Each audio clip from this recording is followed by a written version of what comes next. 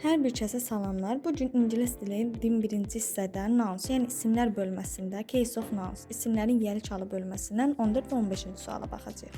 Deməli 14-cü sualda deyir ki, choose the correct variant. Yəni düzgün variantı seçin.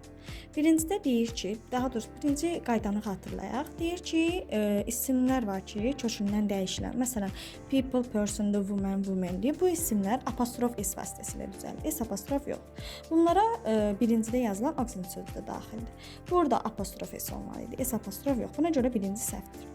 İkincidə onun kimi, yəni səhvdir. Yəni s apostrof yox, apostrof s olmalı idi. 3, 4, 5-ci doğrudur.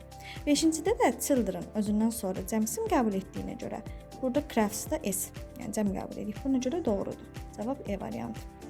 15-də də həmçinin düzgün variantı seçin deyir. Main, men's, yəni bunlar da buna aid olduğuna görə burada birinci yanlışdır. Burada s apostrof yox, apostrof s olmalı idi. Həm də ki, yəni bu tipli sözlərdən gələn isimlər cəmdə işlənməlidir. İkinci cavab doğrudur. Üçüncü yenə yanlışdır. Apostrof s olmalı idi. Dördüncü doğru, beşinci doğru. Burada isə cavab B variantıdır.